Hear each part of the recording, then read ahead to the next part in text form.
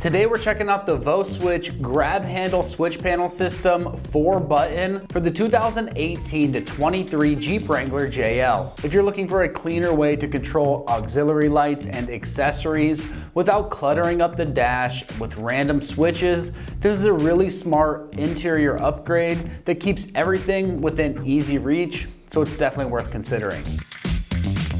The biggest feature here and the reason someone would want this system is convenience and a clean install. This is going to replace a factory grab handle section with an integrated 4-button switch panel, which gives you much more organized way to control auxiliary electrical components like lights and other add-ons. That's a huge plus on a Wrangler because once you start adding accessories, the interior can clutter up really fast if you don't have a dedicated switch solution like this one. This setup keeps the controls right where your hand naturally goes, so it's easy to reach and easy to use on the trail or around town. It also has factory-like appearance and texture, so it does not look like some cheap universal panel stuck somewhere as an afterthought. Another nice part is the install is going to use existing mounting points and it doesn't involve any drilling, which makes it a lot more appealing for someone who wants a professional looking switch setup without hacking the interior. When it comes to the construction on this, you're getting a durable switch panel assembly with a high quality finish designed to complement the Jeep's interior and hold up to daily driving and off-road abuse. It has a robust build and is very heavy duty, so it's built like a serious accessory control system and not just some flimsy trim piece.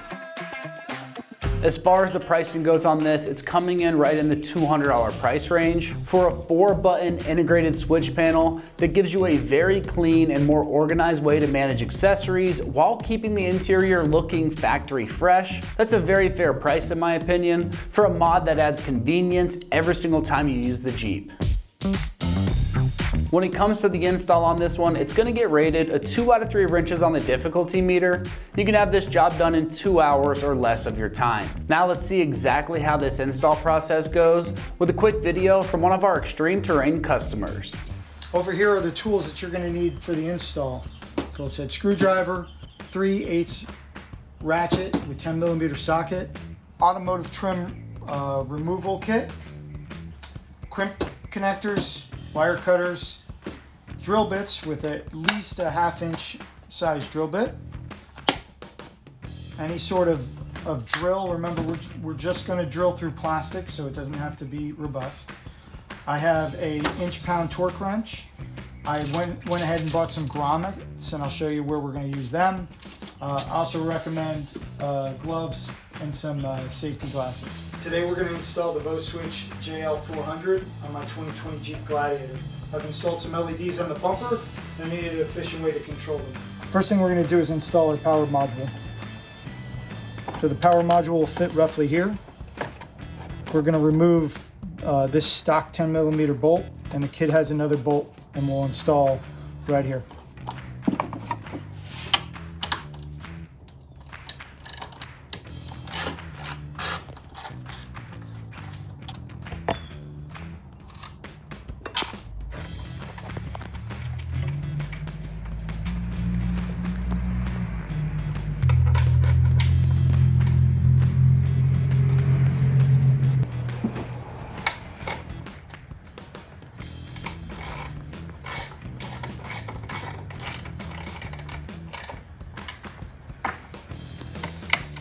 Going to snug these up, and then the OEM torque for those bolts is 62 inch-pounds. Okay, now that we've got the power module installed, we're going to run a control line. My plan for the control line, and this is a recommendation, you can run the control line any way you see fit, but I'm going to attach it to these clips here. I'm going to run it along the back. I'm going to run it under the master cylinder brackets, and we'll walk over there and I'll show you why we're going to go to that area, because there is a plastic plug that lets you get through the firewall, and so we'll talk about it when we get over there. Something else to consider, we might have some excess line. If we do, I'm gonna tuck the excess down in here. There's a good amount of space. The other place that you can tuck it in is probably the A-pillar handle, and I can show you that when we get to that area. So Right now I'm gonna lay out this line and we're gonna get it roughed in.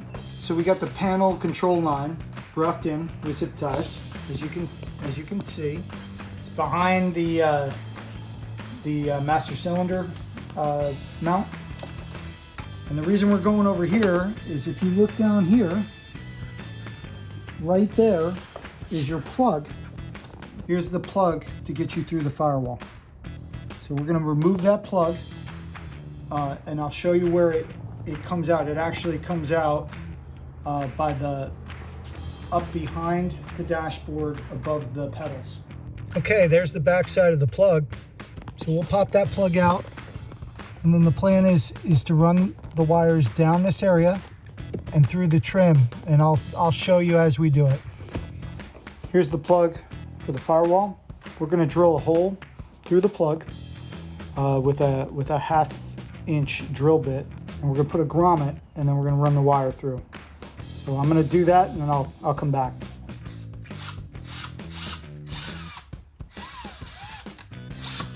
Here's the plug with the hole drilled and the grommet fitted. Had to cut the grommet and trim it to get it, around the line and fit it into the plug. That 1/2 inch hole, it was pretty clean, but that just barely makes it through, but it does make it through. So now what we're gonna do is we're gonna feed that through the firewall. It's gonna come out in the area by where the pedals are, and then we'll route that. I'll show you how I'm going to route it up to the A-pillar and what trim pieces we're gonna take off. All right, now that we've got our control line through the firewall, we're going to begin to run it up through the trim panels and dashboard up to the A-pillar. There's no particular way to do it. This is my recommendation, but these are the panels that I'm going to remove. I'm going to remove this panel. You have to remove the speaker cover, and then we'll go ahead and remove the grab handle from the A-pillar. This is the easiest way to remove this panel. Yes, we have a trim removal tool, but if you push on the back side, it'll give you enough space to reach in, and then you just pull the panel towards the door. And there's 4 clips, 1, 2, 3, and 1 at the bottom. Excuse me, 5. So with the speaker cover, same clips, using the trim removal tool.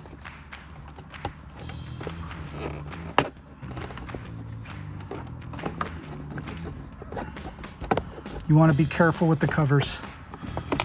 Now we're going to remove the A-pillar so we can install the switch panel.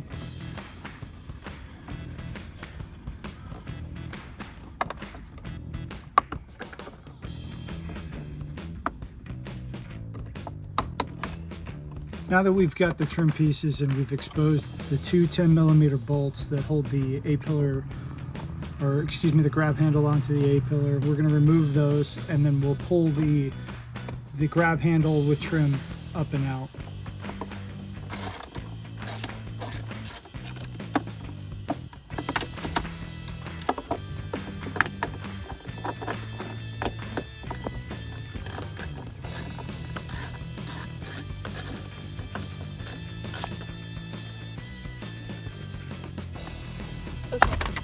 Okay, now that we've got the grab handle removed, we're going to have to make a modification.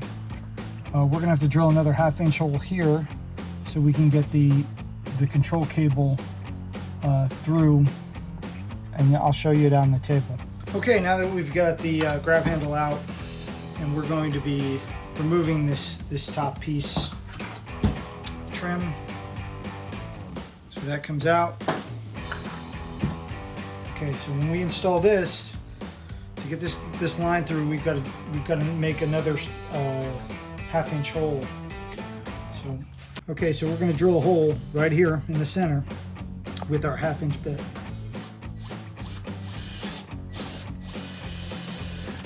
So I had to trim the hole a little bit to get this portion of the panel switch through. I was able to get it through. So now what we're going to do is we're going to go back and reinstall it in the boot. I showed you underneath. It comes out from below, behind the side of the dash trim, behind that trim piece that we removed. It runs behind this piece, this portion of the trim dash, or the dash trim, and it will tie into the A-pillar once we reinstall it. Okay, we've got the control line zip tied, got it through the trim, got it zip tied up here. We took the excess and we zip tied it, and it'll sit right in between here, and we're going to reinstall this pillar. Okay, now we're going to torque these bolts back in. It's 80 inch-pounds per the OEM guide.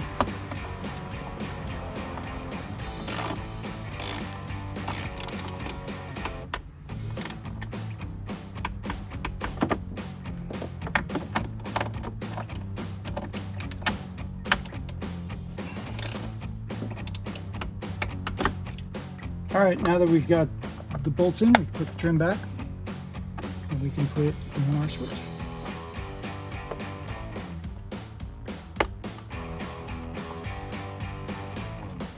Okay, looks good. That's good. All right, we can put the speaker cover back.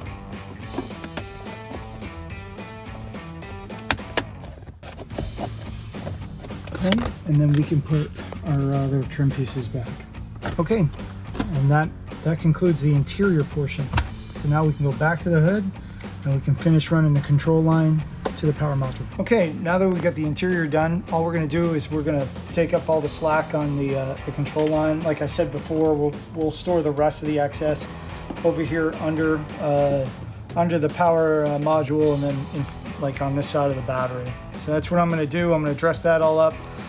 Then I'll come back and I'll show you how to tire in the ignition trigger switch. And then after that, I'll go wire the LEDs, get them up here, and show you how I wire them into the relays. Okay, we've got our control line dressed nice and tight.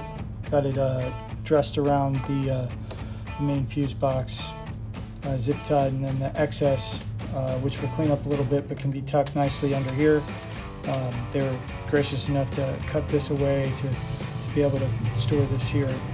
I've got the power lines out of the way so you can see the fuse panel. I'm going to use the ignition trigger line. I've already crimped it, and then we're gonna pull fuse F52, which is cigar lighter on the fuse box lid. That's what it's labeled as, and then we'll piggyback this line on there. So that's right here. I'm going to use the puller. Pull that out. Got to make sure that you put it back in here. Okay, I've got that fuse piggybacked with this one, and then we're going to put this back into the fuse panel.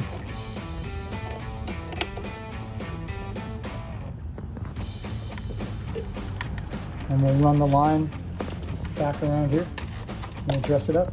All right, so we've ran the line over here. We'll put the lid back on, see if it clears, which it does, and then we'll dress this up around the battery here.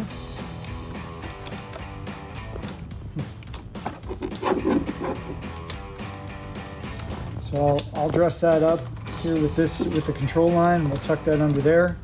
And then the next thing to do is to finish running my LED light wires, bring them up here. Once I got them up here, I'll show you how to put them, how to wire them into the relays. Okay, so we've got our wires for our LEDs routed up, and we have our connectors crimped on, and we have them wired up to relay 1 and relay 2, which correspond to switch 1 and switch 2.